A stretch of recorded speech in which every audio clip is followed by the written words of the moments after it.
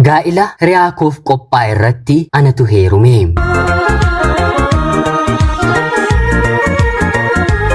Yeroodhaaf maqaa kiyya himachuun barbaadu kanan dhaladheetti guddadhee Jiituu Magariituu Oromiyaa keessatti.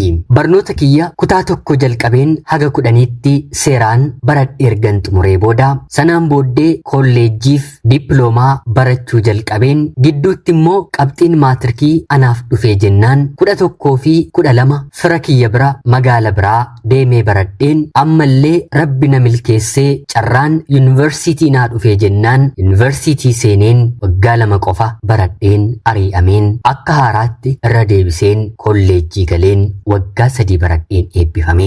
Anaa fi barnoonni waliin jaallannu garuu immoo waliin dhisnu. Barnoonni ijoollummaa makootii kaasee baay'ee natti ulfaata.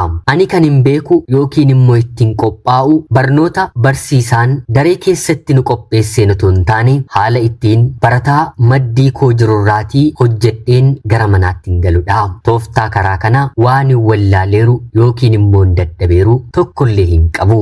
Garuu maal godha kaarota nyaadheen ija koo qareen al takkaatti tuqaa 5 barataa gara biraarraa galagalcheen kutaa tokko gara kutaa biraatti darbuuf hamma humna kiyyaa gaggeessus yuunivarsiitii geessee garuu tooftaan kun hin tufe. Barsiisonni yuunivarsiitii muudii kiyyaan gonkumaayyuu hin galuufi takkaa nama arganii jennaan lammaffaarratti carraa namaaf hin kennanii. As dhaabbadheen kan hin eegu siitiin miti jechuun kobbee diimaa qabataniitiin yeroo mallatteessanii malee ijji namaan argu. Turtii waggaa 2 yookiin immoo seemisteera 3 mooraa yuunivarsiitii keessan turetti barnoota 4dhaan effiin natti dhufee carraan inni dhumaa naaf kennamee qabxiin kiyyallee 2 darbuu dinnaan gara mana kiyyaatti na gaggeessanii. Maatiin kutaa 11f 12 biratti baradhe kallacha adaadaa yookiin immoo eessumaan firooma hin qabnu. Haa ta'uutii garuu karaa abbaa kiyyaas karaa haadha kiyyaas hiddi dhiiga keenyaa yeroo lakkaa'amu iddootti wal argatu yookiin immoo tokko taanu nan qabaam. Akka mana isaaniitti mucaa isaaniidha. Haa ta'uutii garuu akaakilee yookiin immoo abaabilee irrattidha kan nuti wal arginu. Karaa haadha manaas karaa abbaa manaas jechuudha. Maarree firadha mitiiree akka dhala isaaniitti baran isaan bira jiraadhe waggaa 2 guutuu ijoollee isaanii waliin hojjechaa ijoollee isaanii waliin barachaa barnoota koon xumuree. Manni namaa'oo namaaf hin tolu akkam mana namaa gaarii gootee dubbattaa naan jechuu ni dandeessu. Eeyyeen iddoottin miidhame yookiin immoo anis akka namaa adaadaan koo eessumni koo kana na godhe kana na balleessan jedhee dubbadhu yookiin immoo ija dhala isaanii gaditti na ilaalan bakka hedduu jira. Haa ta'uutii garuu ani ilmoo isaanii na guddisuudhaaf dirqama guutuu qaban mar'ummaan isaanii keessaa kan hin bahe yookiin immoo kan hin dhaladhe miti. Kara biraan immoo mana haadha koo yeroon jirullee bakka hojiin jirutti haadha kootti dabarseen kennu. Kanaaf dubartiinis ta'e dhiirri bakka deeme hundaatti kan nyaatu kan dhugu yoo ta'e nan hojjedha nan dadhaba jedhee gatii dafqasaa lakkaawwachuun qabu. Maatiin inni bira jiraatu yookiin immoo isheen bira jiraattu hanguma humna isaanii dhala isaaniif ta'an kanarraa hafe immoo ormaaf ta'uu danda'anidha. Anaafis namoota gaarii namoota kaaniifis ta'u. Kanaafan hammeenya isaanii kaasuun barbaadu. Beela'uu dheebochuu akka manni suni ta'e ta'uun ni danda'ama. Yeroo ijoolleen ture keessumaa yeroo yuunivarsiitiin baradhu adaadaan koo akkana na miite akkana na goote jedheen nan haasa'adha yookiin immoo nan dubbatadha.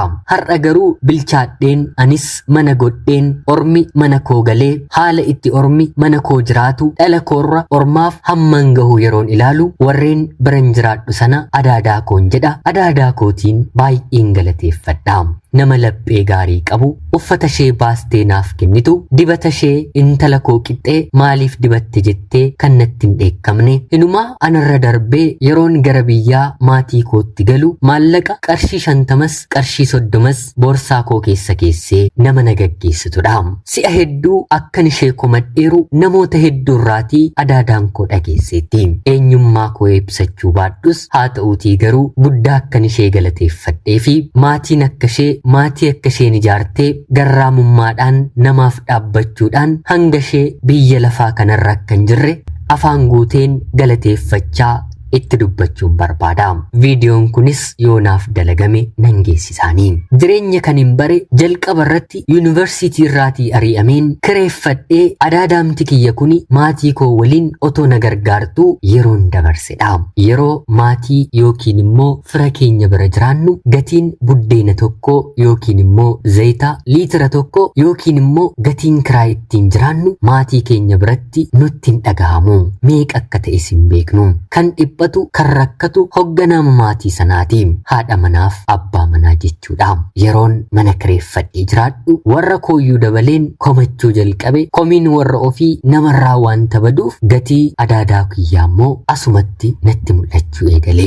Akkuma saattuu waggaa 3 harka dhiiraarraas nyaadhee ija namaas ilaalee nama itti bilbiluun qabne irratti illee bilbileen baradheen hin xumure. Dubartiin yoo jabaatte tooftaa beekti. Malaan jiraachuu ni dandeessi ni jedhama mitiire. Tarii warri makmaaksa kana baasan anarraatii arganiitu ta'uu ni danda'a. Maaliif waggaa 3 sana haala ittiin hin fixe tooftaa yookiin immoo teeknika garaagaraa uumuutiin malee akkanuma laayyootiin turre. Ijoollee dhiiraa mooraa nuti gallu keessa kireeffatanii jiraataniif buddeena tolcheefiin yeroon xumuru buddeena tokkoon fudhadha. Ittoo danfiseefiin buddeen gogaa akka hin nyaanneef ittoo sanarraatii ittiin godha.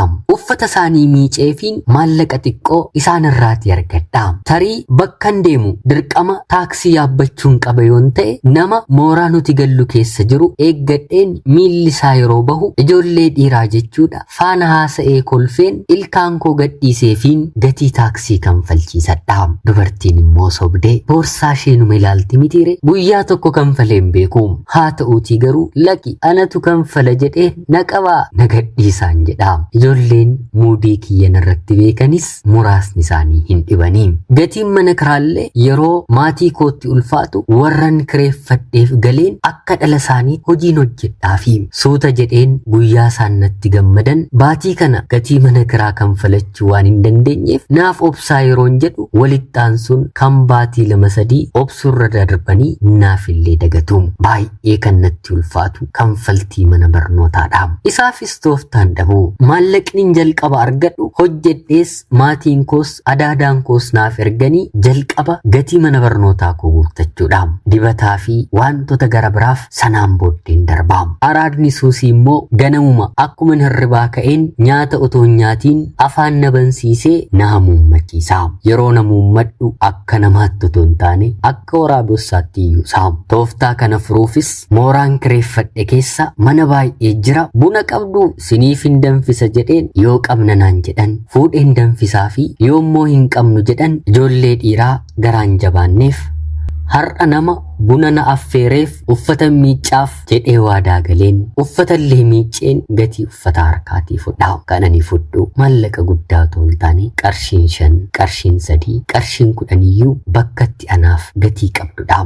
Maatiin koo hiyyeessa qofa otoo hin taane hiyyeessa gonkumaa fitsum dahaa jedhee mootummaan ramaddiitti kan ergedha.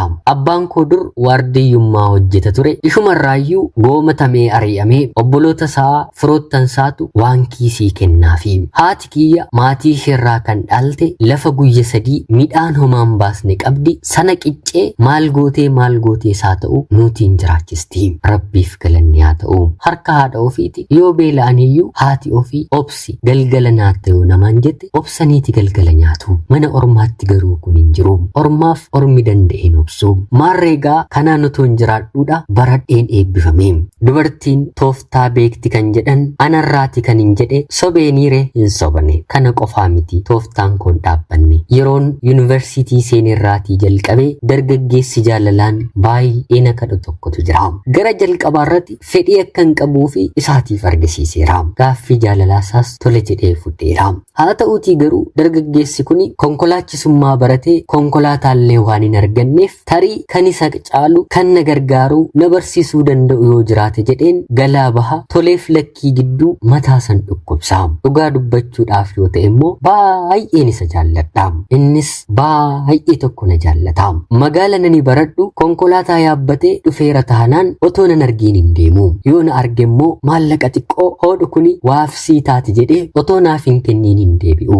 Maarreegaa ani maatii hiyyeessaadha mitiire innis of hin dandeenye yeroo immoo jabaatee konkolaataan itti kennamuu jalqabu innis xiqqoo akka durii na kadhachuu laaffisee anis dhiirri si duwwaa dhaaree jedheen dhimma mataa keetiin jedhee sana keessatti garuu baay'een of eegaa maqaa hedduun qaba kabaja kiyya garuu baay'een eeggadha dhabde dubartiin kana dhabuun qabdu maatii isheefillee qabaattee jireenyaan yoo toluu dadhabde mataa isheefillee gammaddee mana ishee keessa jiraachuu qabdi ilmi dhiiraa immoo beekamaadha kabaja dubartii balleessuuf sekendiif obsan qabu sekendiis isatti hin fudhatu erga kabaja dubartii fudhatee booddee garuu haala kamiin akka jijjiiramu ana caalaa isintu beeka kanaaf anis gamnadha dargaggeessa na jaallatu kanaaf hidhii koo akka na dhungatuufillee dabarseen hin kennineefi akkan of kabaju akkan jabduu ta'e akkanumatti amana akkanumatti beeka erga walirraa fagaannee maallaqa argatee funyaaniin dubbachuu jalqabeerre torbeettillee haa ta'u hin diddee miti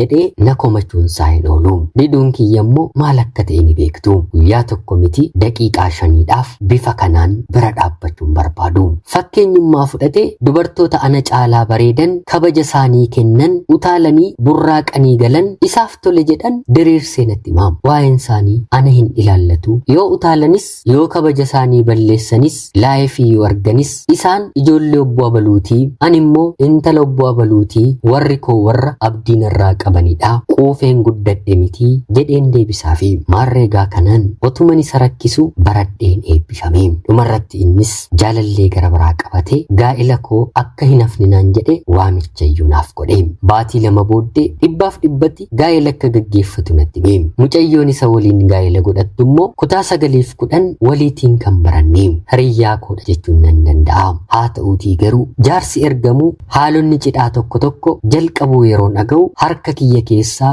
waa dhabaa waana jalaa bahaa akka jiru naaf galee hiriyaan koo isatti heerumtu kuni jaalallee ishee gara biraa dhiisteeti isa waliin gaa'ela dhaabbatti isheen illee akkanuma waggaa 7 oliitiif hariiroo jaalalaa dhiira waliin dabarsteettu ni qabdi innis dubartii gara biraatti deemaa ture isheenis dhiira gara biraatti deemaa turte icciitii isaanii magaalli biyyi kan beekudha mucaan akkana na jaallatu kuni harkisaas amma homaan jedhu abbaan qabeenyaa amane konkolaataatti kennaa anis maarree mardoo kana dhagaheen buleen amma kanaan booddee gara kootti bilbiltee akka durii nan rakkistu miti reeyii yeroon jedhuuni maaliif si rakkisu situ na dide malee ani yeroo hunda si kadhachaan ture nan dadhabee baay'ee of tuultaa kabajni siif kenname akka kabaja kaaniitti ilaaltaa jedhee naaf deebisee yeroo kana ani kabaja kiyya guyyaa gaa'ela koo siif hin kenna jedheen malee baalagachuun natti ulfaatee miti baalagachuun salphaadha qulqullaa'utu ulfaataa ergan baalagadhe dhiira gara biraa waliin akka nan hin taane maaliitiin na beektaa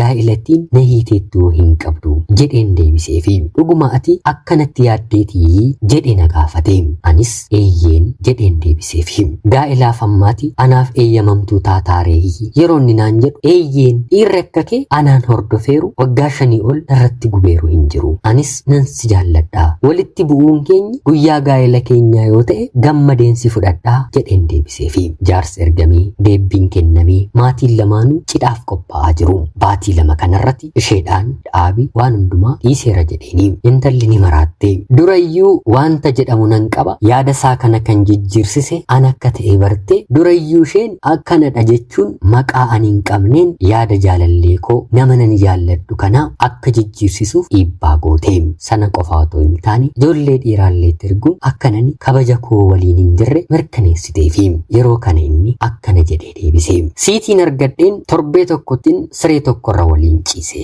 isheetiin immoo bareen waggaa 5 guutuu eegeen na dhorkite siif ishee gonkumaa wal madaaluun dandeessanii ana bira darbee dhiirri meeqa akkasitu qeeru atumtuu ragaanaaf baateetta ishee waliin wal madaaluun dandeessu tarii ulfinarree yoo dhabde dirqisiifamtee harki dhiiraa ishee qimmii deetii ta'a malee fedhii isheedhaan akka isheen tole hin jenne quba koo 10 siin mallatteessa jedhee gara kootti deebi'e otoon anaan hin mari'atiin torbee sana keessa jaarsi gara maatii kootti ergame maatiin kiyyas tole jedhanii naaf fudhatanii maatiin isaa qophii cidhaa intala sanaatiif qopheessaniitiif gara kootti dabarfame baatii arfaffaarratti anaaf inni haadha manaaf abbaa manaa taanee waliin jiraachuu jalqabne dhugaan ni turti malee ni baati mitiiree kabaja koo waliin na argate gammachuu gara biraa akka qabu dhiiga koo baasuun maatii koo fi maatii isaatti argisiise. Gaa'ela akkanaa immoo Waaqayyotu jaallata mitiire baay'ee eebbifamne.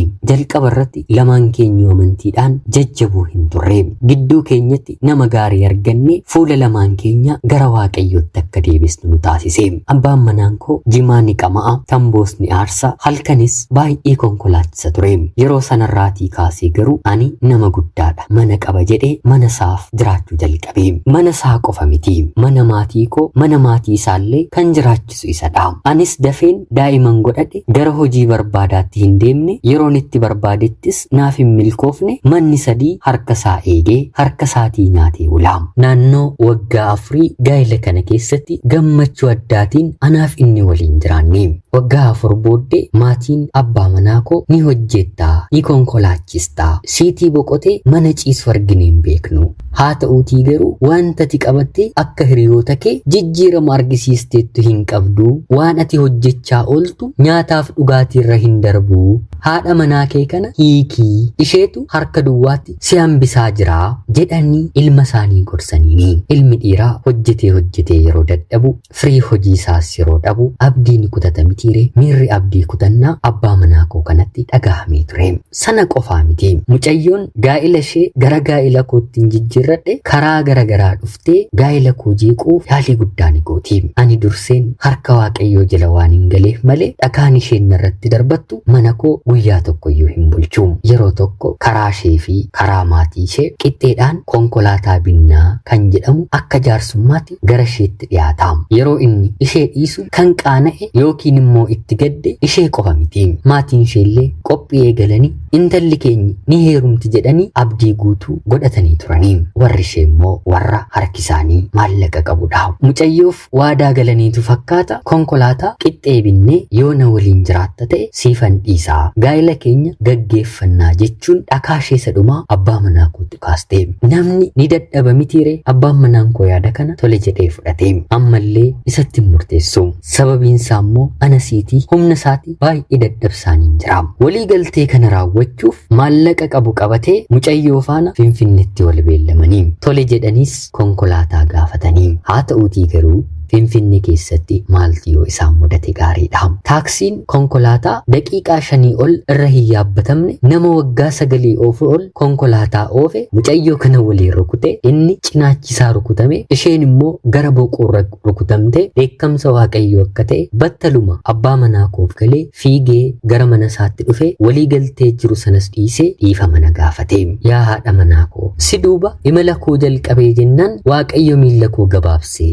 Kunoo jedhee cinaacha isaa natti argisiisee wanta gochuuf karoorfatee turellee natti himuun otuu namarraan dhagahin afaan isaatiin dhiifama na gaafate. Yaa hojii Waaqayyoo jedheen anis dhiifama godheefin hin turre mataama isaatiin waggaama sana keessatti konkolaataa nan bita jedhee yaade qixxeedhaan bitatee dhuunfatee kansaa godhate. Har'a kunoo Rabbiif haa galatu. Ijoollee 3 horanne jireenya bareedaa gammachuu qabu jiraachaa jirra. Mucayyoon kun garuu haga har'aatti kan nama ajaa'ibu dhaabbatteema hanga anaaf inni walii kunutti eeggachaa jirti. Haa ta'uutii garuu kuni gonkumaa ta'uu akka hin dandeenye waggoota kana keessatti Rabbi gochaadhaan ishee argisiiseera. Ammayyuu boqonnaan arganne. Maqaa hedduu waan qabduuf maatiin ishee immoo qabeenya waan qabaniif kanaan of tuulummaan isaan qaban amala ishee dhowwateera. Anillee akka duriitti araaramne hiriyyummaa keenyatti deebinee akkuma nani gaa'ela dhaabbadhe haala isheenitti gaa'ela gaarii dhaabbachuu dandeessu akka dubartii tokkotti tongorseenii baay'ee natti tola. Dhaamsi ani qabu dubartootaaf isaa ta'u dhiiraaf waan tokkodha. Argachuuf dhabuun biyya lafaa keessa numa jira. Otuu argachuuf dhabuun hin jiraanne namni quufee gurra irratti rasaasa walitti dhukaasaa bula. Argachuunis baga jiraate, dhabuunis baga jiraate. Dhukkubsachuunis akkanuma, fayyuunis akkanuma.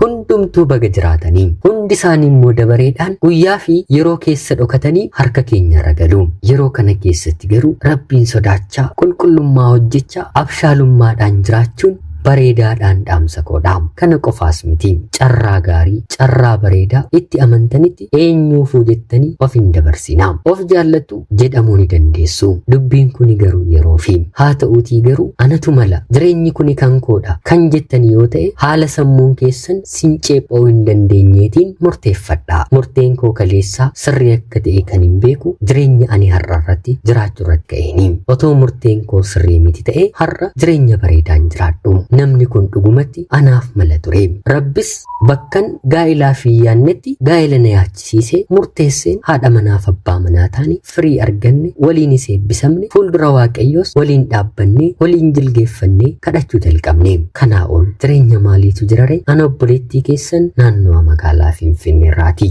Ulfaadhaa nagaatti galatoomaa.